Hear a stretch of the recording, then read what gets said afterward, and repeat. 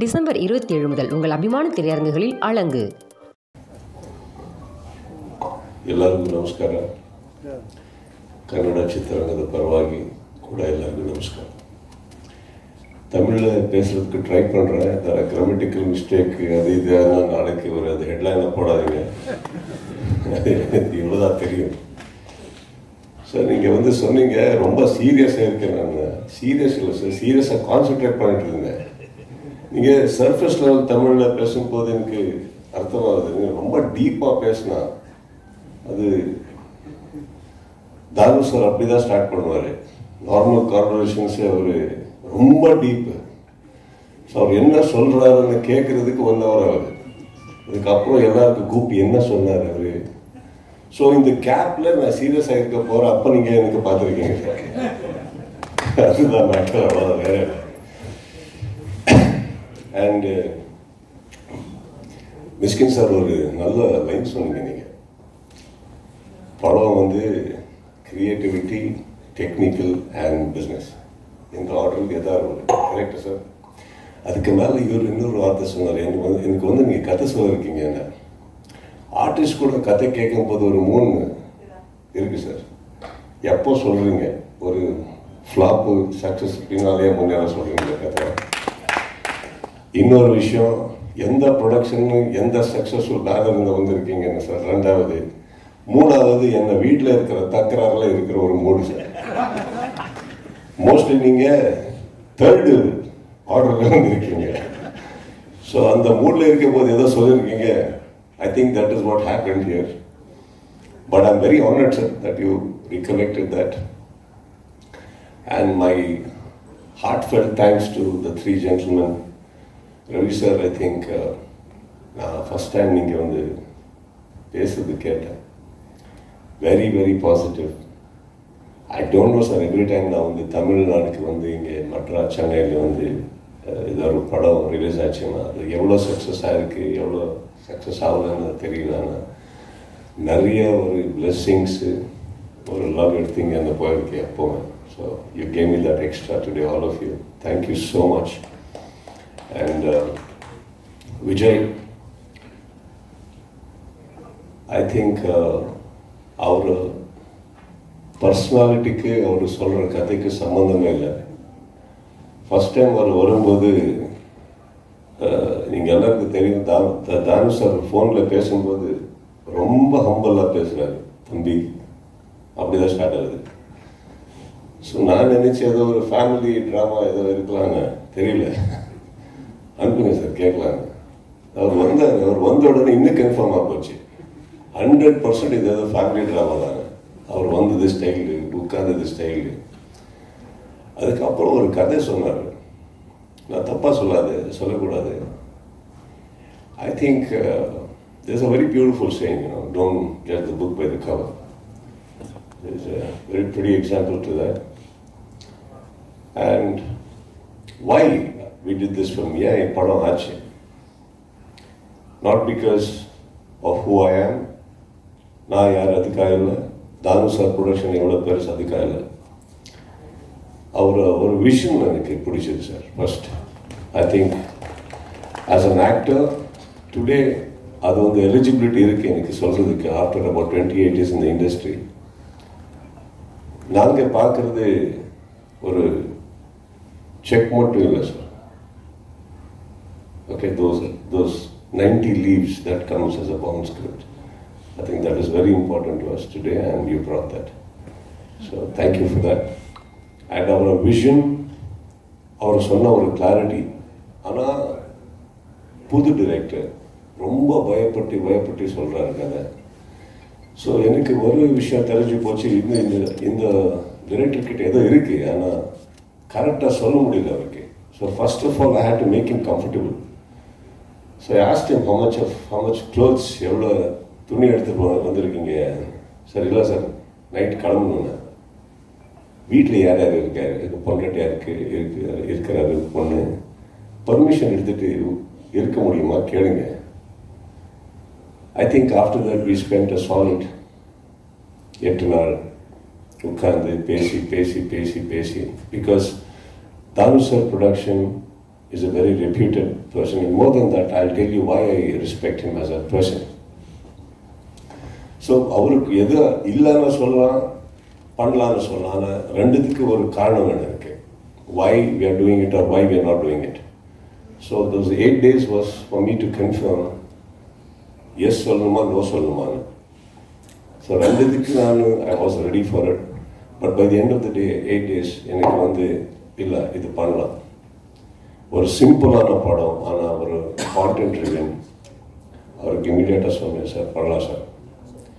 அவர் எப்போன்னு கேட்டார், இமீடியட்டாக பண்ணலாம். எனக்கு ஒரு கேப் இருக்குது, இமீடியட்டாக பண்ணலாம். ஒரு நல்ல கதை வெயிட் பண்ணக்கூடாது, பண்ணிடணும். வேறு எதாவது இருந்தால் கூட தள்ளி அது பண்ணிடணும். So I also collaborated with him. I said, sir கன்னடத்துக்கு ஃபஸ்ட் டைம் வந்திருக்கீங்க, நீங்கள் சோலாக இருக்கலாம், நான் உங்கள் கூட இருக்கிறேன் சார், நீங்கள் படம் பண்ணுங்க, அதுக்கப்புறம் பார்க்கலாம் இதுதான். So that is how we stood up. And அப்படி சொல்லும்போது எங்களுக்கு அவருக்கு சண்டே ஆகலன்னு இல்லை. அம்மா இருக்கு, மகாபலிபுரம் போனால் எல்லாரும் சொல்கிறாரு எவ்வளோ லவ் எங்களுக்கு. But we fought for the right reasons. It is a film. And today each technician and every big person இங்கே வந்து அவரை பற்றி பேசும்போது, sir I'm sitting next to you, sir. I'm also very proud to be sitting next to you, sir. Sir. Thank you so much for that. Vijay, I wish you all the best, sir. நான் வந்து I come from, நான் வந்து கர்நாடகா வந்திருக்கேன் sir. என் mother board அங்கே தான் இருக்கு, அங்கே தான் ஆப்ரேட் பண்ணுவோம் படம். இப்போ எல்லாரும் பியூட்டிஃபுல் டெக்னீஷியன் சொல்லும்போது ஏதோ என்ன படம் கூட ஒரே லாங்குவேஜ் இல்லை, இப்போ போகுது, ட்ராவல் ஆகுது. I come from there. ஆனால் உங்களுக்கு இது தாய்நாடு. This film should do very good for you, sir. And once it does, இப்போ இது ரொம்ப நல்ல ஆட்சின்னா, ரொம்ப பெரிய பேர் வந்ததுன்னா, அந்த ப்ரொடியூசருக்கு மறந்துடுங்க. Don't forget him. Okay? So after that I know we all grow, sir. But that gratitude is very important. I tell you why. 2004 இங்கே வந்து ஒரு படம் அவர் ஷூட்டிங் ஹியர். அப்போ தானே சார் காக்கா little Aliya it was released. நான் போய் பார்த்ததுக்கப்புறம் பண்ணலாமே, இது கன்னடத்தில் கூட பண்ணலாமேன்னு. அப்போ வந்து இப்போ வெரி ஈஸி, யாருக்கார தேடுறது, இந்த டைரக்டர் எங்கே இருக்காரு, ப்ரொடியூசர் எங்கே இருக்காரு தேடுறது ரொம்ப ஈஸி. இல்லாத ஒரு நல்ல பிஆர் மேனேஜர், கூகுள், ஏதோ ஒரு அங்கே. அப்போ வந்து 2004 யாருக்கார தேடுறதே ரொம்ப பெரிய விஷயம். எங்கே இருக்காரு, எப்படி இருக்காரு, மீட் பண்ணுவாரா, எதுவுமே தெரியல.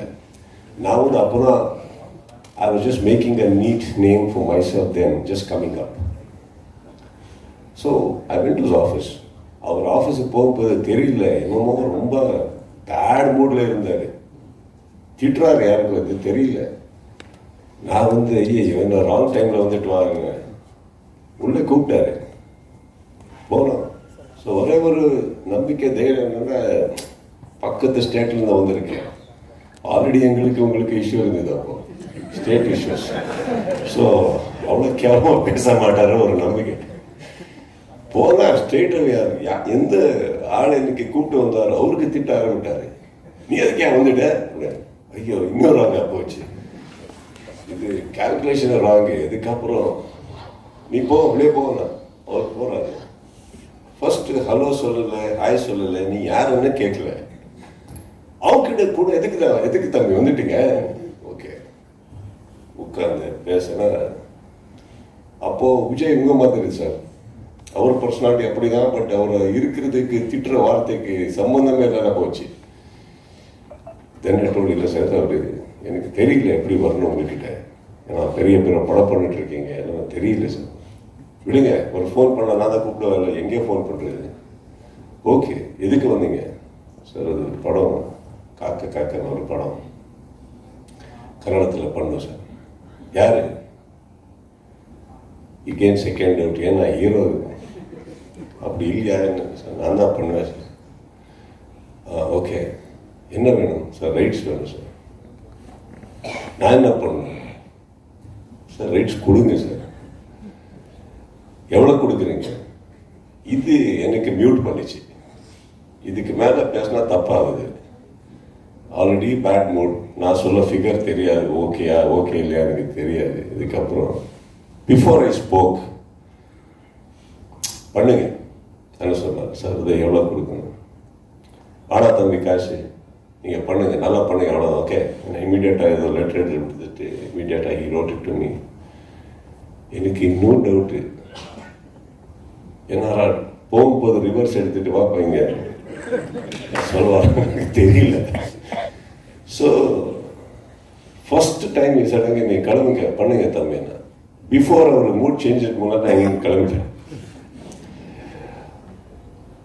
Some one year I think sir, I was under the preparation to do.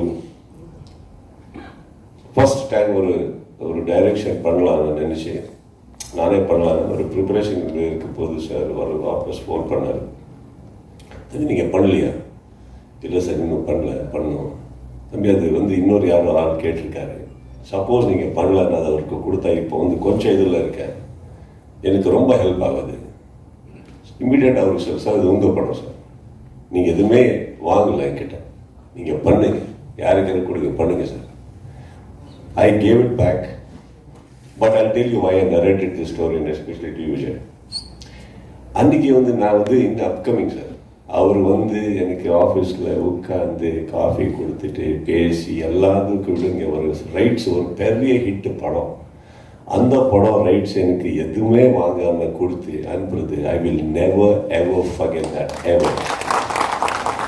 So once ஒரு ஃபோன் கால், எனக்கு வீக் ரிலேஷன்ஸும் தெரியாது, தானு sir that's it. Thanu sir phone பண்ணி ஒரு கதை இருக்குன்னு சொல்லும்போது, here we had already decided to collaborate. I just needed a small confirmation with your script. So Vijay, thank you for giving a script which collaborated us again. All right. And Danu sir, I will never forget you for that gesture what you should say. That is very important. That for any newcomer, for any upcomer, coming from ஒரு பெரிய production director கூட இருக்கலாம், யார் கூட இருக்கலாம் sir, அவர் அன்னைக்கு கொடுக்குற ஒரு மரியாதை, that will go a long way, provided the person you are respecting is also equal worth. Alright, so thank you for that. And all the wonderful directors and Mr. Iluvarasan. Iluvarasan sir, எனக்கு தெரியல, நீங்கள் அவருக்கு சொல்கிறீங்க உங்கள் அசோசியேஷனில் இருக்கிறாருன்னு, கரெக்டா sir? Okay. Association எப்போ sir close ஆகுது? டோர் லாக் அப்படி ஏதாவது இருக்கா? ஏதோ டைம் இருக்குங்க sir. 3:34 in the morning is texting somebody sir. கேட்டா வேலை அசோசியேஷன் வேலை, என்ன வேலை இன்னைக்கு சொல்லலை சார், யாரோட வேலைன்னு கூட சொல்லலை அவர். But he is there, very hard worker, even after the association closes he keeps working. So we had a great time with Mr. Iluvarasan, and for some reason அது என்னன்னா ஒரு ராத்திரியில் நடக்கிற ஒரு கதை. So whether you like it or not, எல்லாரும் சேர்ந்துதான் இருக்கணும், சேர்ந்துதான் பண்ணணும். That is how it is. And wonderful co-actor and a human being I met. Wonderful. And எப்போ நான் இங்கே வந்திருக்கேனோ, everybody, all the press and friends and media, ரொம்ப respect கொடுத்துருக்கீங்க, லவ் கொடுத்துருக்கீங்க, என் தமிழில் அக்செப்ட் பண்ணியிருக்கீங்க. Thank you for that. And all my technicians and wonderful people இங்கே மேக்ஸில் ரொம்ப நல்லா பண்ணியிருக்காரு. எனக்கு ஒரே ஒரு அது one wish I do have this film is that கன்னடத்தில் ஃபர்ஸ்ட் டைம் தானு சார் வந்திருக்காரு. போகிறது ஏன் ஊரில் நடிக்காது சார், எங்கள் ஊர் சார், அங்கே வரணும், நீங்கள் அங்கே ஒரு ஸ்டாம்ப் போடணும். இங்கே எப்படி இவ்வளோ டைரக்டர் ஆக்டர்ஸ் நீங்கள் அங்கே கொடுத்துருக்கீங்களோ அங்கே கூட நிறையா இருக்காரு. அவருக்கு கூட ஒரு என்ன சொல்கிறது, வாட் யூ சே ஃபார் தாரி தீபம்,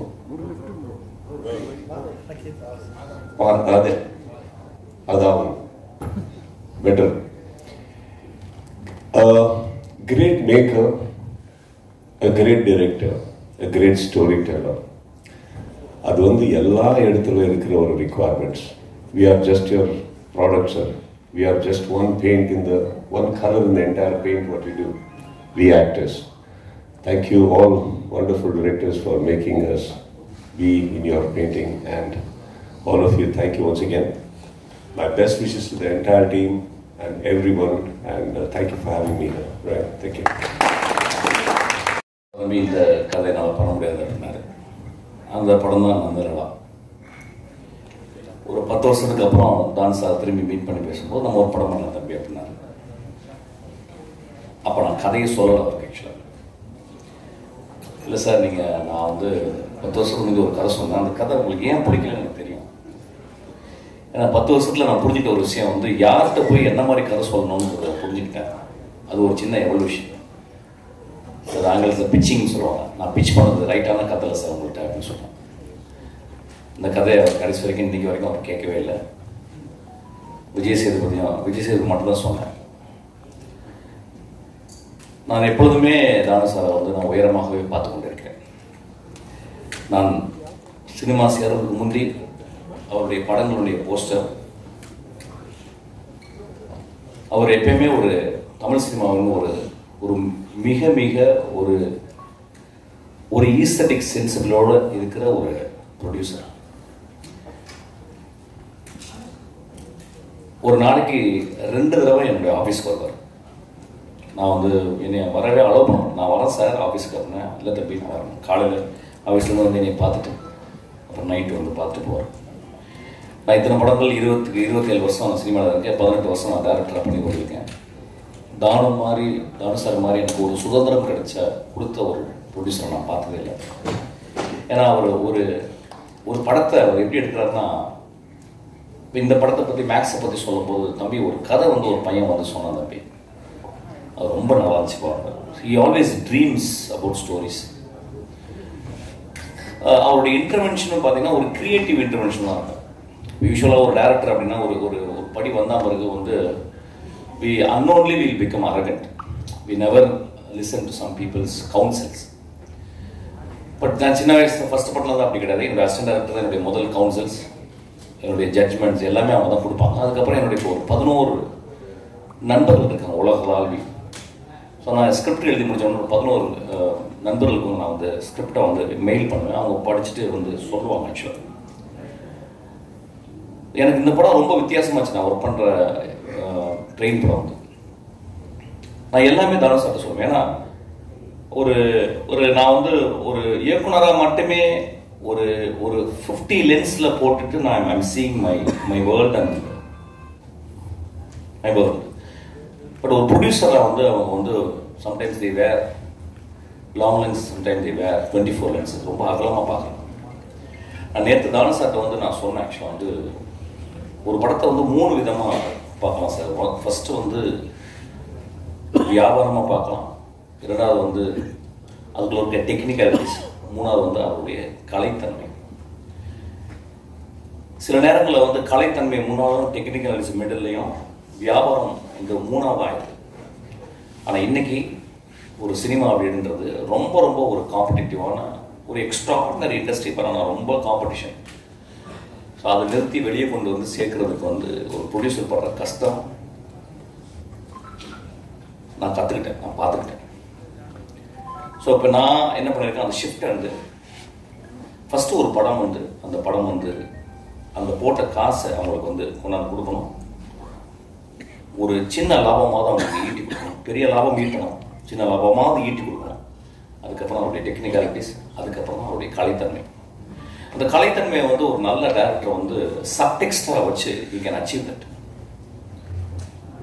நான் எதுக்கு இது சொல்கிறேன்னா, ஒவ்வொரு நாளும் தானு சார்ட்ட சில விஷயங்கள் நிறைய பேர் என்னை பற்றி சொல்லுவாங்க, நிறைய அரகண்டான டேரக்டர்னா. அஃப்கோர்ஸ் ஐ ஆம் in my own way to stick to my creative freedom. But தானு சார்ட்ட வரும்போது ஒரு தந்தை போல என்னால் அவர்கிட்ட ஷேர் பண்ண முடியுது. ஒரு மகன் மூல அவருடைய எக்ஸ்பீரியன்ஸ் அவர் கொடுக்க முடியுது. அப்படிதான் வெற்றிமாறன் நடந்துக்கிறாரு, எல்லாத்தையும் நடந்துக்கிறாரு. முதல் ஷோ காலையில் ரிலீஸ் ஆகுது இந்த நேரத்து வெற்றிமாறனுக்கு. முதல் தடவை காலையில் ஷோ போத்துட்டு போயிட்டு அவர் போய் ஒரு பொக்கே கொடுத்தார். So he always follows. இந்த மாதிரி ஒரு சுறுசுறுப்பாக தானு சாருக்கு என்ன வயசுன்னு எனக்கு தெரியல. ஐ திங்க் 22 வயசுன்னு நினைக்கிறேன். ஆக்சுவலாக இது போல சுறுசுறுப்பான ஒரு மனிதரை நான் பார்த்ததே கிடையாது. ஆக்சுவலாக எனக்கு வாழ்நாளில் நான் இளையராஜாவை பார்த்துருக்கேன். ஒரு musician, but a producer I have never seen such a most agile and always active. Always வந்து தம்பி இப்படி பண்ணலாம் அப்படி பண்ணலாம். நேற்று கூட ஒரு பாட் பண்ணி போட்டேன், தம்பி நல்லா இருக்கு இன்னும் கொஞ்சம். So he gives me more energy. அதை வந்து நம்ம ஒரு க்ரியேட்டிவாக நம்ம எடுத்துக்கணும்னு நினைக்கிறேன். ஆக்சுவலாக இந்த ஒரு this thing I learn from Thanu sir. I am so grateful to you sir. அப்புறம் இந்த படம் பார்த்தேன். இந்த படம் முதல் ட்ரைலர் வரும்போது ஐ நோ கிச்சா, அதாவது எப்படின்னா ஒரு தடவை நான் அவர்கிட்ட கதை சொல்லியிருக்கேன். நம்ம வெரி வெரி டீசன்ட் மேன். நான் வந்து I went all the way to Bangalore and I narrated story. He like it. ஆனால் அதுக்கப்புறம் ஏதோ சம்திங் இட் ஹேப்பன், நான் பண்ண முடியல. அவரும் ஒரு 30 வருஷமா 25 வருஷமா ஒரு ரொம்ப ஸ்ட்ராங்காக அவர் வந்து ஒரு பெரிய ப்ரொட்டாகனிஸ்ட், ஒரு பெரிய ஹீரோ. அவர் வந்து இப்போ நம்ம அவர் படங்கள் நம்ம வந்து இங்கேயும் பார்க்கணும். இப்போ வந்து ஒரு படம் வந்து இப்போ வந்து இந்தியா வந்து ஒரு மாநிலமாக கிட்டத்தட்ட சினிமா பக்கத்தில் யார் வேணாலும் எங்கேருந்து வேணாலும் அவங்க வந்து ஏற்றுக்கொள்ளப்படுகிறாங்க. அப்படி தான் இருக்கணும். ஆக்சுவலி இப்போ வந்து ஒரு ஹீரோ எங்கள் ஏரியா ஹீரோ அப்படிலாம் கிடையாது. இப்போ வந்து இது வந்து ஒரு கலையாக மட்டுமே சினிமா பார்க்கப்படுகிறது. ஸோ இந்த படம் ரொம்ப நல்ல கமர்ஷியலாக இருந்துச்சு. எனக்கு அந்த இயக்குனருக்கு வந்து நான் வாழ்த்துக்களை சொல்கிறேன். there are many kinds of film. Fassbender இருக்கிறது ஒரு ஃபிலிம், பெல்லாட்டர் இருக்கிற ஒரு ஃபிலிம், குரசவா ஒரு ஃபிலிம் எடுக்கிறாரு, பிரசான் ஒரு ஃபிலிம் எடுக்கிறாரு, பொலான்ஸ்கி ஒரு ஃபிலிம் எடுக்கிறாரு, நோலன் ஒரு டிஃப்ரெண்ட் கைண்ட் ஆஃப் எடுக்கிறாரு. நிறைய ஃபிலிம் மேக்கர்ஸ் இங்கே நம்ம இந்தியா பார்த்தோம்னா ஷியாம் படங்கள்லேருந்து ஆரம்பிச்சுன்னா வெற்றிமாரிலேருந்து இன்னைக்கு ராம்லேருந்து தியாகராஜன், குமார் ராஜா, இன்னைக்கு மிகப்பெரிய வெற்றி படங்களை கொடுத்த டேரக்டர்ஸ் எல்லாமே. இதுதான் ரைட் ஃபிலிம் அப்படின்றது கிடையாது. ஃபிலிம் அப்படின்றது வந்து நிறைய ஜானரில் இருக்கணும், நிறைய சுவைகளை கொண்டதாக இருக்கணும். ஒரு சாப்பாடு எடுத்துட்டோம்னா வந்து நம்ம we are not just merely surviving to eat ஒரு ஃபுட்டு. அது ரொம்ப டேஸ்டாக இருக்கும். அதனால தான் வந்து இயற்கையை நம்மளுக்கு டேஸ்ட் பட்டை வந்து நம்மளுக்கு கொடுத்துருக்கு. எக்ஸ்ட்ரானரி எவல்யூஷன் நம்மளுக்கு வந்து our tongue has been gifted by the extraordinary taste buds. அது மாதிரி டிஃப்ரெண்ட்டாக நம்ம வந்து பார்க்கணும். ஒரு ஷோலையை பார்த்துட்டிங்கன்னா ஒரு காலத்தில் அதோட ஒரு கமர்ஷியல் படம் இல்லை. Maybe it was rip off from different films inspire ஆகிருக்கலாம். ஆனால் அது ஒரு மிகப்பெரிய இன்னைக்கு வரைக்கும் இந்தியாவில் மிகப்பெரிய ஒரு கமர்ஷியல் படமாக ஷோவில் இருக்குது. கமர்ஷியல் படங்களும் பண்ணலாம். ஒரு கதாநாயகன் கணவன் மனைவி உறவு, ஒரு கதாநாயகன் அண்ணன் தங்கை உறவு, ஒரு கதாநாயகன் நண்பர்கள் உறவு, இப்படிலாம் இப்படியும் இருக்கணும். ஒரு கதாநாயகன் ஒரு பெரிய வீர சாகசம் செய்யும் ஒரு கதாநாயகனாகவும் இருக்கணும். இந்த படத்தில் அப்படியாப்பட்ட ஒரு கதாநாயகனை தான் பார்க்குறேன். வீர சாகசம் செய்யும் ஒரு பெரும் கதாநாயகனாக இந்த படத்தை நம்ம பார்க்கணும். இப்போ சமீப காலமாக ஒரு படங்களை ரொம்ப ஸ்ட்ராங்கான ஒரு கிரிட்டிசிசம், கண்டம்னேஷன் எல்லாமே இருக்குது. இதை திரைப்பட இயக்குநர்கள் நம்ம வந்து ஒத்துக்கணும். நான் ரொம்ப யோசிக்கிறேன். ஏன்னா ஒரு காலகட்டத்தில் இன்னைக்கு வந்த எல்லா திரைப்பட இயக்குநர்களையும் அடையாளம் கண்டு சமூகத்துக்கு சொன்னவங்க பத்திரிகைக்காரர்களும் மக்கள் தான். ஸோ வென் ஒரு சினிமான்றது ஒரு பேலன்ஸ், ரொம்ப கான்சென்ட்ரேட்டட் ஒரு வருஷம் 1.5 வருஷம் உட்காந்து ரொம்ப கான்சன்ட்ரேட் பண்ணி கிட்டத்தட்ட ஒரு ராக்கெட் இன்ஜினியரிங் மாதிரி தான். அந்த ராக்கெட் அப்படி தனித்தனியாக செக்மெண்ட்டாக பிரித்து ஒவ்வொரு டிபார்ட்மெண்ட்டும் ஒரு 5 years 10 years உட்காந்து ஒர்க் பண்ணுறாங்க. ரொம்ப மெட்டிகுலஸாக ஒர்க் பண்ணுறாங்க. அதுக்கப்புறம் எல்லாம் பண்ணி முடிச்சு லான்ச் பண்ண முடியாமல் இருக்குது. திடீர்னு ஒரே ஒரு சின்ன ஒரு வயர்னால வந்து அந்த பெரிய ராக்கெட் வெடிச்சிடலாம். அந்த மாதிரி தான் சினிமா. ஸோ இது ஒரு concentrated work led by the director, also with the actors, the producers. Sometime miss ஆகும். ஸோ இதையும் மனதில் கருத்து வச்சுக்கிட்டு நம்ம புரிஞ்சுக்கணும். கிட்டத்தட்ட பத்திரிகையாளரும் நம்மளும் பார்த்தீங்கன்னா ரெண்டு கையை கோர்த்து தான் நடக்கிறோம். நீங்கள் எல்லாம் நாங்கள் இல்லை, நாங்கள் எல்லாம் அப்படி தான் இருக்கணும்னு நினைக்கிறேன். ஸோ சில நேரங்கள் நான் திரும்பி சொல்கிறது, கருணையோடு கொஞ்சம் மனதில் வைத்து அந்த மனிதன் எப்படியாப்பட்ட சினிமாக்களை பண்ணியிருக்கிறான் அப்படின்றத வச்சோம் நம்ம கொஞ்சம் விமர்சனத்தை கொஞ்சம், I am not saying to tone down, I am saying கொஞ்சம் please add little compassion when you criticize a movie. ரொம்ப இம்பார்ட்டன்ட். ஏன்னா இன்றைக்கி சினிமாவை பார்த்தீங்கன்னா எனக்கு அவ்வளோ கஷ்டத்தில் எனக்கு சினிமா இருக்குது. நிறைய பேருக்கு தெரியாது. கஷ்டம்னா ஒரு எப்படி ஒரு சீசனு கூட ஒரு 4 சீசன் இருக்கும். ஆனால் எனக்கு சினிமா அவ்வளோ கஷ்டத்தில் இருக்குது. பெரிய படங்கள் போட்டு தான் எனக்கு சினிமா பண்ண முடியுது. ஒரு சின்ன படங்களே இன்றைக்கி எடுக்க முடியல விஷயம். கொஞ்சம் மிஸ் ஆன படம் கூட அது வந்து மிகப்பெரிய இழப்பையும் பல குடும்பங்களை வந்து ரோட்டுக்கு கூட்டு வர்ற அளவுக்கு சினிமா ஆயிடுது. ஸோ இதை கருத்தில் கொண்டு நம்ம சினிமாவை ரொம்ப கம்பேஷனோட பார்க்கணும்னு நான் ரொம்ப தாழ்மையோடு கேட்டுக்கிறேன். இந்த படம் ஒரு மிகப்பெரிய வெற்றி படமாக அமையும். இந்த படமும் ரொம்ப கலை ரீதியாக இன்னொரு ஏரியாவில் ஒரு ஜானரில் இது வந்து ஆடியன்ஸ் வந்து ஹோல்ட் பண்ணும். அரெஸ்ட் அவங்களுடைய இன்ட்ரெஸ்ட்டை வந்து இன்னும் அதிகப்படுத்தும். இந்த படம் கிச்சா அவர்களுக்கு மிகப்பெரிய தமிழ் வெற்றி படமாக அமையணும்னு நான் ஆசைப்படுறேன், வாழ்த்துறேன்.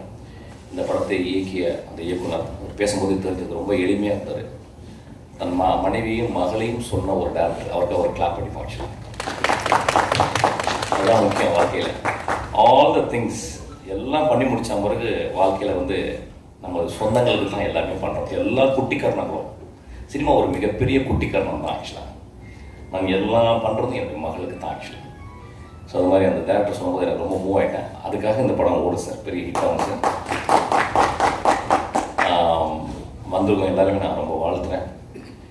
தானே சார், நீங்கள் எப்பொழுதுமே மனிதர்களை கண்டுபிடித்து அவங்க கதையை கேட்டு அந்த கதையை நேசித்து அந்த படங்களுக்கு வந்து உங்களுடைய சம்பாத்தியத்தையும் உங்கள் உழைப்பையும் நீங்கள் கொடுக்குறீங்க.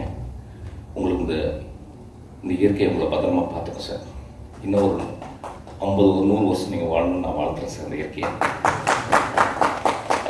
சொல்லலாம். அந்த தானு சார் வந்து இப்படி மேலையில் புகழ்கிறாரு அவர் படம் பண்ணுறதுனால அப்படின்னு சொல்லிட்டு, அதில் ஒரு துளி கூட உண்மை இல்லை. நான் ஏற்கனவே அதான் சொல்லி ஆரம்பித்தேன். தானு சார் என் படத்தை பிடிக்கலன்னு சொல்லி வந்தார். இன்றைக்கும் அந்த படத்தினுடைய கதையை நான் சொல்லவே இல்லை. ஏதோ என்னுடைய படங்கள் வந்த விதங்களை பார்த்து எனக்கு ரொம்ப நேசித்து அவர் இந்த படத்தை கொடுத்துருக்காரு. இந்த படமும் ஒரு I don't say it's a great film, it's a very humble film. Very form wise நான் நிறைய விஷயங்கள் ட்ரை பண்ணியிருக்கேன். அதுக்காக எனக்கு அவ்வளோ ஒரு நாள் கூட எனக்கு வந்து அவர் சளைக்காமல் நான் கேட்ட பணத்தையும் நான் கேட்ட டெக்னீஷியனையும் அவர் கொடுத்துக்கிட்டே இருக்கார். ஆக்சுவலாக I feel very proud to work under Thanu sir. நான் எப்பொழுதுமே நீங்கள் கூடும்போதும் உங்களுக்கு நான் படம் பண்ணல சார். என்ன ஒர்க் நீங்கள் கேட்டாலும் உங்கள் ஆஃபீஸில் வந்து நான் பண்ணுவேன் sir. Thank you so much. Thank you so much for your kind and sir, Udhayakumar sir, Rajkumar Periyasamy, Sabi master, எல்லாருக்கும் என்னுடைய இனிய மனமார்ந்த வணக்கங்களை தெரிவிச்சுக்கிறேன். இந்த படத்தில் வந்து ஒரு முழு நீண்ட ஒரு கதாபாத்திரம் எனக்கு வந்து ப்ரொடக்ஷன் மேனேஜர் மகேந்திரன் வந்து திரும்பி ஃபோன் பண்ணி இந்த மாதிரி தானு சார் கம்பெனிலேருந்து ஒரு படம்னா நீங்கள் வந்து கேளுங்க. இப்போ தம்பி போய் கதை கேட்டேன்.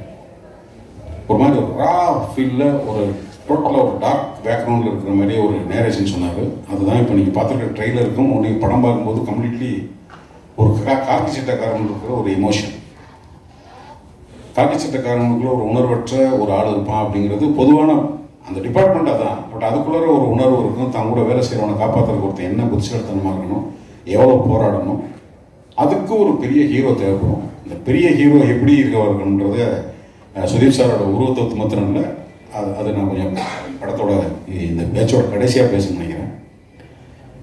தானு சாரை பற்றி அவர் எடுத்த படத்தில் நடிச்சுட்டு அவரை பற்றி பேசுகிறதுங்கிறது வந்து நான் நீங்கள் எப்படி புரிஞ்சுக்கிறீங்கன்னு எனக்கு தெரியல. பட் நான் என்னோட அனுபவம் என்னென்னா, சுந்தரராஜன் சார்கிட்ட ஒரு பேட்டி கொடுத்துருந்தாங்க தானு சார். அது யதார்த்தமாக பார்க்க போகும்போது மணப்பந்தல்னு SSR நடித்த ஒரு படத்தோட 650 ரூபாய் என்னவோ போட்டு வாரத்தில் டிஸ்ட்ரிபியூட்டர் ஆரம்பிச்சு ஏற்கனவே ரிலீஸ் ஆகி ஓடாத படத்தை சும்மா மெட்ராஸில் வந்து நார்த் மெட்ராஸில் ஒரு போஸ்டர் வந்து திருப்பி அந்த ஹிட்டான பாட்டை பூரா அடித்து ஓட்டி அந்த படத்துலேருந்து சம்பாதிச்சு அப்புறம் டிஸ்ட்ரிபியூட்டர் ஆகி ரஜினிகாந்துங்கிற ஒருத்தர் வந்து சினிமாவுக்கு வரும்போது மதுரையில் நான் வந்து 78 நான் 9th ஸ்டாண்டர்ட் அங்கே தேவி தியேட்டர்னு ஒரு தியேட்டர், அந்த தியேட்டர் போய் இல்லை, அது பக்கத்தில் சென்ட்ரல் மார்க்கெட்ன்றது இப்போ நம்ம கோயம்பேடு மார்க்கெட் மாதிரி அதான் மதுரையோட சென்ட்ரல் பொசிஷன். கண்ணை இறுக்கி மூடிட்டு கையில் ஒரு ஷார்ட்டை பிடிச்ச மாதிரி அப்படி ஒரு ஸ்டில்லு. அப்போ ரஜினி சார் பெருசாக எங்களுக்கு தெரியாது. ஆனால் அந்த வேற மாத்திரம் பார்த்துட்டு போயிட்டே இருப்போம். ஏன்னா 9th 10th படிக்கிற போதும் அந்த ஒரு ஹீரோவை இவங்க இப்படி வரப்போகிறாரு அப்படின்னு அவங்க எப்படி கணிச்சாங்க அப்படிங்கிறது பர்சனலாக ரஜினி சாரையும் தானு சாரையும் கம்பேர் பண்ணுறதோட ஒரு சில உருவங்கள் இந்த சினிமாவில் எப்படி போய் பதிய போகுதுங்கிறது சினிமாவை பற்றி ஒரு தீர்க்க தரிசனமான சிந்தனை இல்லாத ஒரு டிஸ்ட்ரிபியூட்டர்னாலேயோ ஒரு ப்ரொடியூசர்னாலேயோ ஒருத்தனுக்குள்ள இருக்கிற இன்னொன்று கண்டுபிடிக்கிறது கஷ்டம். இதுதான் சினிமாவில் இருக்கிற ஒரு மேஜிக். அந்த மேஜிக்கு நிறையா தெரிஞ்சதுனால தான் நடுவில் இருக்கிற பெரிய நிறுவனங்கள்லாம் இன்னைக்கு தமிழ் சினிமாவில் படம் எடுக்கிறது நிப்பாட்டிட்டாங்க. கண்டினியூவாக படம் எடுக்கிறது தானு சார், சத்யஜோதி ஃபிலிம்ஸ் 2 பேர் தான் எனக்கு டக்குன்னு ஞாபகத்தில் வருது. இப்போது என்ன மாதிரியான வியாபார சூழல் தம்பி பிஸ்கின் பேசுன மாதிரி எங்கே சிக்கல் இருக்குன்னா, சர்வதேச கம்பெனியில் வந்து இப்போ நம்ம ஓடிடி அப்படின்னு ஒரு ஏரியா வந்துட்டு கொஞ்சம் கொஞ்சமாக உள்ள ஒரு சின்னதாக கூப்பிட்டீங்க, வாங்க வாங்க இந்தாங்க மிட்டாயின்னு கூப்பிட்டு போய் டக்குன்னு ஒரு பெரிய லெவலில் வரும்போது அப்படியே இறுக்கி போட்டு போயிட்டாங்க. ஹிந்தி சினிமா பற்றி தெரியாது, தெலுங்கு, கன்னடம், தமிழ், மலையாளம் எல்லாம் ஒரு இடத்துல மலையாள படங்கள் சின்ன சின்ன படங்களாக அப்படி போயிட்டு இருக்கு. இங்கே ஒரு பெரிய கேட்டை போட்டு லாக் பண்ணும்போது பெரிய ப்ரொடியூசர் தானு சார் மாதிரி நாணயமான ஆளுகளால் மாத்திரம்தான் படத்தை எடுத்து ரிலீஸ் பண்ண முடியும். ஏன் நாணயம் சொல்கிறேன்னா, நான் ஒரு கேமராமேன் ஒரு படம் வேலை செஞ்சேன். அந்த படம் லேபில் வந்து ரிலீஸ் ஆகிறதுக்கான வாய்ப்புகள் இல்லை. அந்த ப்ரொடியூசர் அண்ணாதே நிற்கிறாரு, காசு ஒன்றை தவிர வேறு எதுவுமே துணை புரியாத ஒரு சூழ்நிலை.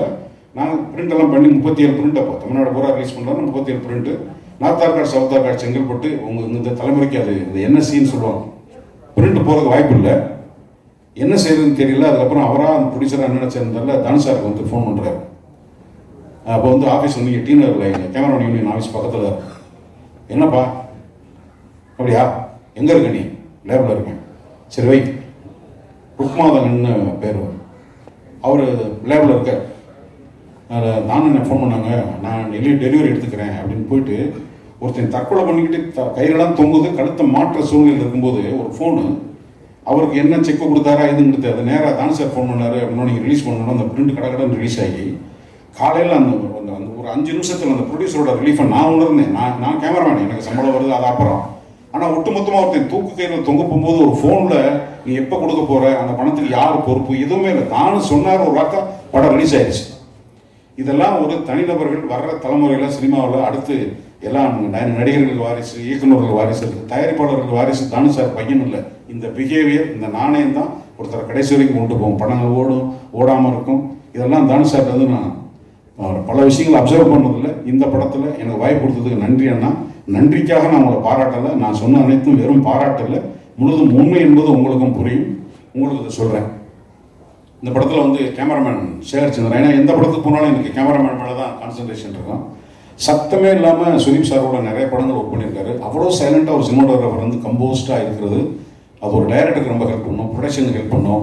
என்ன நடந்தாலும் அது தனக்குள்ளே வச்சுட்டு எத்தனை 3 நாள் அது ஒரு போலீஸ் ஸ்டேஷன் செட்டப். இது பெரிய ஒய்டு பிளாக். ஏன்னா அதில் வந்து கிட்டத்தட்ட ஒரு 60-70 நாள் அது உள்ளே indoor night after shoot. So ஒவ்வொரு இடத்துலையும் டிஜிட்டல் சினிமா வந்ததுக்கப்புறம் அதை கண்ட்ரோல் பண்ணுறது, அந்த ஹைகைன்னு ஒர்க் பண்ணாங்க. டிஜிட்டல் எங்கேயெல்லாம் கொஞ்சம் லைட் இருக்கு அங்கே அதுவாக போய் பிக்கப் பண்ணிக்கிறோம். ஆனால் அந்த மூடு அப்படி இல்லை, இந்த ஸ்கிரிப்டோட மூடு அது இல்லை. அதை கண்ட்ரோல் பண்ணி கொண்டு வரணும். ரொம்ப கம்போஸ்டாக ஒர்க் பண்ணார். ஆர்ட் ரைட்டர் ஒர்க் பண்ணாலும் சரி, என் கூட ஒர்க் பண்ண அந்த படத்தில் ஒர்க் பண்ண நடிகர்கள் அவங்கெல்லாம் பெங்களூர் ஷூட்டிங்கிறதுனால வர முடியல. விஜய் சந்தூர், உக்ரம் மஞ்சுங்கிறவர் சுதீப் சாரோட ஒரு பிக் பாஸ், கனடா பிக் பாஸில் உள்ள இருக்காரு நினைக்கிறேன். இருக்காரு சார்? அந்த இருக்காரு. அப்புறம் இன்னொரு ஜிஜுன்னு சொல்லி ஒரு டைரக்டர், ஆக்டர், கவிஞர் அவர். அதுக்கப்புறம் சுக்ருதான் ஒரு கேள்,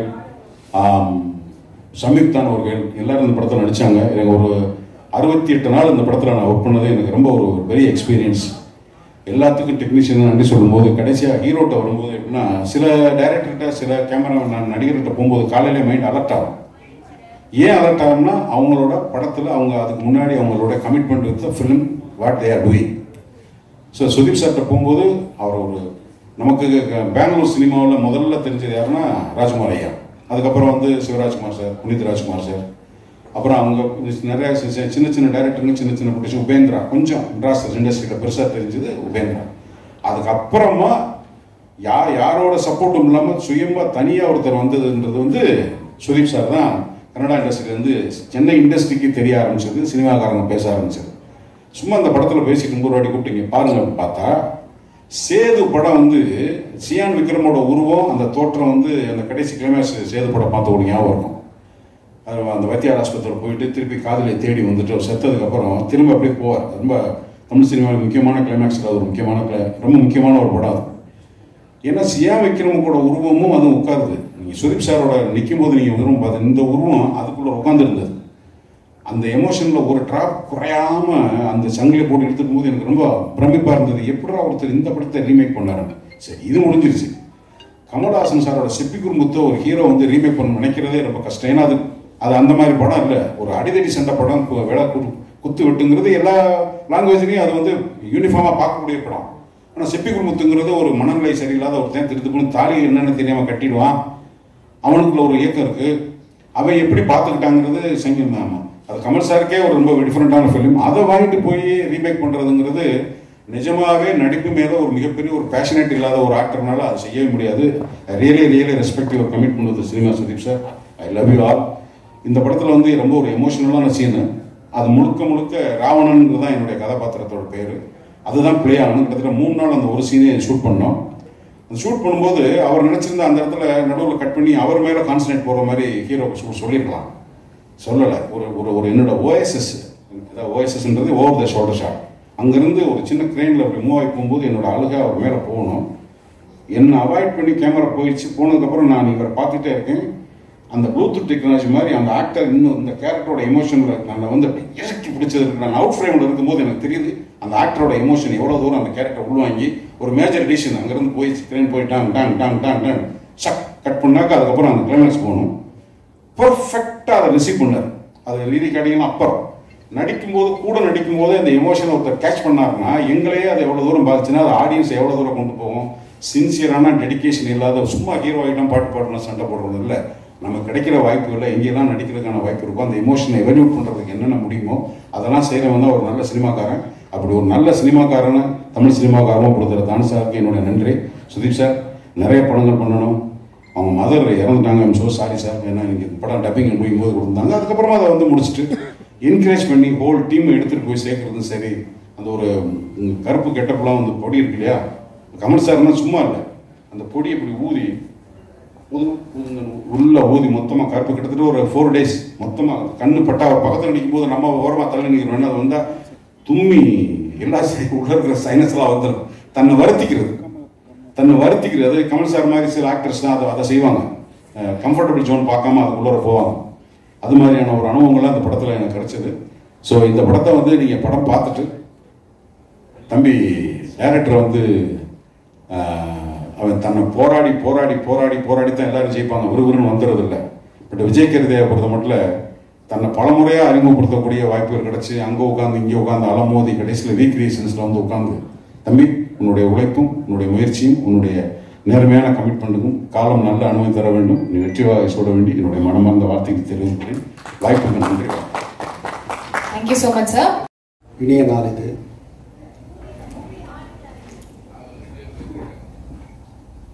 அகில இந்திய திரைப்பட சம்மேளனத்தின் தலைவரும் தென்னிந்திய திரைப்படத்திற்கு தலைவருமான சகோதரர் ரவி கொட்டார்கர் அவர்களே, முன்னாள் டைனமிக் தென்னிந்திய திரைப்பட சபை தலைவர் காட்டரட்ட பிரசாத் அவர்களே, இயக்குனர் சங்கத்தின் தலைவர் தம்பி ஆர்வி உதயகுமார் அவர்களே, சின்ன குழந்தையிலேருந்து எனக்கு ரொம்ப நெருங்கிய பழக்கமாகி இன்றைக்கி என்னுடைய அத்தனை படங்களுக்கும் நடன இயக்குனராக பணியாற்றி கொண்டிருக்கும் தம்பி சோபி அவர்களே, இளவரசை பற்றி சொல்லணும்னா சொல்லிக்கினே இருக்கலாம். அதான் ஆழ்கடல் எண்ணம் அடலேட்டு வலிமை ஏழ்கடல் வண்ணமதை எண்ணத்தில் வடிக்கக்கூடிய ஒரு தம்பி இளவரசு. பன்மொழி திரள் போட்டு நன்மைனா அவர்கிட்ட இருக்கிற கருத்துக்கள் ஏராளமாக வந்து கொண்டே இருக்கும்.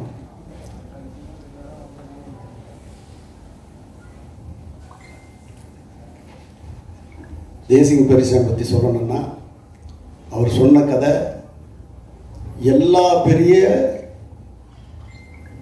நடிகர்கிட்டையும் சொல்லி அத்தனை பேரும் ஓகே பண்ண படம். அதுபோக இப்போ அவர் சேர்ந்திருக்கிற இடத்துலையும் மிகப்பெரிய இடத்துக்கு தான் அந்த கதை போச்சு. என்னுடைய வாழ்த்துக்களை நான் அடிக்கடிக்கு சொல்லின்னு இருப்பேன். அதுக்காக பல ரெஃபரன்ஸுங்களாக அவருக்கு வாட்ஸ்அப்பில் அனுப்பிச்சின்னு இருப்பேன். அதாவது அந்த படம் அவ்வளோ அது வெற்றி அடைகிறதுக்கு நான் அவ்வளோ முயற்சி பண்ணிட்டு இருக்கேன். இன்னமும் பண்ணியிருக்கேன், எப்பவும் பண்ணிட்டு இருப்பேன். அப்படிப்பட்ட ஒரு நல்ல ஒரு கலைஞர். ஆனால் நீ வருவ, வெல்வ, நிற்ப, நிலைப்ப, அது உறுதி. அதே மாதிரி அமரன் பட இயக்குனர் இதுவரையிலையும் ஒரு 4 நாள் தூக்கம் வராமல் தவிச்ச ஒரு தவிப்பு அமரன் படம் பார்த்த போது இருந்தது. அது ஒவ்வொரு முறையும் அவர்கிட்ட பேசினே இருப்பேன். துப்பாக்கியில் வந்து முருகதாஸோட அவர் பணியாற்றும் போது இந்த கம்ப்யூட்டர் ஆப்ரேட் பண்ணின்னு லேப்டாப்லேருந்து உடனே சொல்லுவார், அன்றைக்கி பிடிச்சது தான் எனக்கு, இது ரொம்ப சின்சியரான ஒர்க்கு. அந்த மாதிரி அந்த 3 பேரில் கொடுத்து 2 பேருக்கும் பெரிய வெற்றி கிடைச்சிது. ஆனால் முருகதாஸே என்கிட்ட சொல்லி, சார் ராஜ்குமாருக்கு ஒரு படம் கொடுங்கப்பா, நான் கொடுத்தேன்பா, அவர் வேற ஒரு இடத்துல கமிட் ஆகிட்டாருப்பா அப்படின்னு நான் சொன்னேன். ஒரு உதவி இயக்குனர் கூட ஒரு பெரிய லெவலுக்கு எத்தனை வரணும்னு நினைக்கக்கூடிய ஒரு தலையாய ஒரு இயக்குனர் முருகதாஸ். அப்படிப்பட்ட பட்டையில் வந்தவர் மிக சிறப்பான ஒரு இடத்தை வகிக்கிறாரு. இந்த திரையுலகுக்கு ஒரு பெரிய கிடைக்க தெரியாத ஒரு அமுத சுரபி. அவர்கிட்ட கருத்து வந்துக்கிட்டே இருக்கும். அப்படிப்பட்ட மனிதர். அதனால தான் அவர்கிட்ட போய் என் தம்பி அனுப்பிச்சு என்கிட்ட கொடுத்து இந்த கம்பெனிக்கு நீ பண்ணணும் அப்படின்னு சொன்னேன். உடனே வந்து சொல்லி நல்ல முறையில் செயலாற்றினுங்கிறாரு. பெரிய எதிர்காலத்தை உருவாக்கக்கூடிய நவீன சிற்பிகளை வந்து. ஆனால் என் அகத்தை அப்படியே இறுக்கி பிடிச்ச தம்பி மிஸ்கின் பற்றி சொல்லணும். அவர் சொன்னார், நந்தலாலா கதை சொல்லும்போது நான் அதுக்கு முன்னாடி அந்நியன் ஒரு படம் விக்ரமுக்கு வந்திருக்கு. ஸோ அதை தாண்டுற மாதிரி ஒரு கதை சொல்லணும். ஏன்னா சித்திரம் பேசுறது இல்லை, அவ்வளோ பெரிய கலக்கினவர். அவர் நந்தலாலா சொல்லும்போது ஒரு ரொம்ப கம்மியான பட்ஜெட்டில் சொல்கிறாரு. நான் அதெல்லாம் பெருசில் அதை விக்ரம் வச்சு அந்நியனை தாண்டணும்னு நினைக்கிறேன்ப்பா, அதனால அந்த மாதிரி ஒரு கதை சொல்லுப்பான்னு தான் சொன்ன தவிர அந்த படம் நிச்சயமாக சேலஞ்சாக பண்ணி மிகப்பெரிய வெற்றியை கொடுத்து நற்படத்தினுடைய நற்பெயர் பெற்றார். அதுக்கப்புறம் அவர் அந்த கதை சொன்னார். ஆனால் இப்போ ட்ரெயின் எடுத்துகிட்டு இருக்கிற அவர் இன்னொரு ரகசியம் தெரியும். இவர் வந்து விஜய் சேதுபதிக்கும் சிவாஜி குமார் சாருக்கு கதை சொல்லியிருக்காரு. அந்த கதை சொன்னோன்னா அவங்க எனக்கு ஃபோன் பண்ணி, சார் மிரட்டிட்டார் சார், விட்றாதீங்க சார், மிகப்பெரிய லெவலில் ட்ரெயின் வரும் சார், எனக்கு ரொம்ப திருப்தி அப்படின்னு சொன்னோடனே நான் தம்பிகிட்ட தம்பி எனக்கு நீ கதை சொல்லவே வேணாம், நீ படம் பண்ண அப்படின்னா அந்த ரகசியம் இப்போ தான் சொல்கிறான். அவன் ஆல்ரெடி எனக்கு ஒவ்வொரு நாளும் ஒரு உணர்ச்சி பிரவாகமாக இருக்கக்கூடிய ஒரு மனிதர். அதாவது எல்லா துறையிலையும் ஒரு ஈடுபாடு இருக்குது. நான் போகும்போது கம்போஸ் பண்ணி நிற்பேன். சும்மா விளையாட்டு இல்லை, ஒரு பெரிய 90 வயசு இசை மேதையை வச்சு அவர்கிட்ட பாடம் பயின்று அவர்கிட்ட உட்காந்து அந்த சுரங்களை வாசிக்கிறதும் சரி, அதை பாடி காமிக்கிறதும் சரி. நேற்று கூட சொல்லும்போது, தம்பி உங்ககிட்ட இருந்த அந்த ஜீவன் அந்த பாடகர்கிட்ட வேணும், அதை நீ எப்படியாவது வாங்கி இல்லை நீயே பாடிடு அப்படின்னு நேற்று கூட நைட்டு சொல்லிட்டு வந்தேன். அப்படிப்பட்ட இன்வால்மெண்ட்டு. அதாவது நம்ம நிரந்தர இயக்குனர் என்ற வரிசையில் எங்களுக்கு இவரும் ஒரு தலையாய இடத்தை பிடிச்சிருக்கிறாரு. அவருக்கு அந்த படத்தினுடைய வரும்பொழுது தான் நான் அவரை பற்றி அதிகமாக சொல்ல வேண்டியிருக்குது. உண்மையிலேயே என்னை கூட பிறக்காத ஒரு தம்பியாக தான் நான் மிஸ்கினை நினைக்கிறேன். அதாவது ஒரு நல்ல ஒரு பண்பாளர். தகப்ப ஸ்தானத்தில் இயற்சி என்னை நினைக்கும் போது உண்மையிலேயே எனக்கு ரொம்ப சந்தோஷமாக இருக்குது. அப்படிப்பட்ட சூழ்நிலையில் நான் இருக்கிறேன். இயக்குனர் என்கிட்ட வந்து ஒரு நாள் கதை சொன்னார். கதை சொன்ன அடுத்த செகண்டே என் மனசுக்கு ஏன்னா நான் எல்லா லாங்குவேஜ் படம் எடுத்துட்டேன். ஹிந்திலேருந்து தமிழ், தெலுங்கு, மலையாளத்துலேருந்து. கன்னடத்தில் எடுக்கலையேன்னும் போது எனக்கு கிச்சா சார் தான் ஞாபகம் வந்தது. ஃபோன் பண்ணுறேன். அதாவது 2004 அவரை சந்திச்சிருக்கிறேன். அவரை நாங்கள் சந்திச்சிருக்கோம் காக்க காக்க படத்துக்காக. அதுக்கப்புறம் முதல் முறை அவருக்கு நான் ஃபோன் பண்ணி, இது ஒரு அருமையான கதை, நீ கதை கேட்டு பிடிச்சா நீ பண்ணு தம்பி அப்படின்னேன். சார் எவ்வளோ வருஷம் ஆச்சு, 18-19 வருஷம் ஆச்சு உங்களை நான் சந்தித்து, என்ன மாதிரி மனிதர் நீங்கள் அனுப்புங்க சார் அப்படின்னாரு. உடனே இவங்களை அனுப்பிச்சி வச்சேன். கதையை கேட்டு 1 வாரம் தங்க வச்சு அவரே ஒரு ஸ்கிரிப்ட் எழுதி கரெக்டாக டைரக்டருக்கு கையெழுத்து, இவரும் கையெழுத்து போட்டு எனக்கு 2 பேப்பர் அனுப்பிச்சார். அது எந்த காலத்தில் அது இன்னும் பதியம் போட்டு என்னுடைய பூஜை ரூமில் வச்சிருக்கிறேன். அப்படிப்பட்ட இன்வால்மெண்ட் உள்ள ஒரு கலைஞர். அதாவது தன்னை வருத்தி கதாபாத்திரத்துக்கு உயிர் கொடுக்கக்கூடிய ஒரு மாபெரும் கலைஞர். நீங்கள் படம் பார்க்கும்போது தான் தெரியும், படத்தில் இருக்கிற ஒவ்வொரு ஃப்ரேமும் அவரும் சேர்ந்து உருவாக்குறதுல ரொம்ப ரொம்ப ரொம்ப சந்தோஷம். இன்வால்மெண்ட்டு, அதாவது அந்த படத்தில் பங்கு கொண்ட அத்தனை பேரும் அவர்கிட்ட வந்து ஒரு ஃபயர், ஒரு டெடிக்கேட்டட், ஒரு பக்தியாக தான் அவரை பார்ப்பாங்க. அப்படிப்பட்ட ஒரு மனிதர் இந்த படத்தில் ஆத்மாதமாக உடல் பொருள் ஆவி அத்தனையும் கொடுக்குற மாதிரி கொடுத்துருக்கிறாரு. எனக்கு வந்து கன்னடத்தில் மிகப்பெரிய ஒரு பேர் வசூலை அள்ளி கொடுக்கும். அவர் பாட்ஷான்றது இந்த படத்தில் மாபெரும் பாட்ஷாவாக வருவார். என்னுடைய ஆத்மார்த்த மகிழ்ச்சியும் நன்றியும் தெரிவிச்சுக்கிறேன். இதுக்கு மேலே எனக்கு எதுவும் சொல்ல தெரியல. ராஜ்குமார் பெரியசாமி பற்றி நான் இன்னும் நிறைய சொல்ல வேண்டியது இருக்குது. வருங்காலம் அதுக்கு வழிவகுக்கும் என்று சொல்லி பத்திரிகை நண்பர்களே, சகோதரர்களே, என் பணிவான வேண்டுகோள், ஒரு நல்ல கலைஞர் உருவாகி இருக்கிறார். அந்த இயக்குனருக்கு நீங்கள் ரத்தன கம்பளம் விட்டு வரவேற்று நெற்றிக்கு வெற்றி திலகமிட வேண்டும் என்று விரும்பி விடைபெறுகிறேன். நன்றி. மிக்க நன்றி சார்.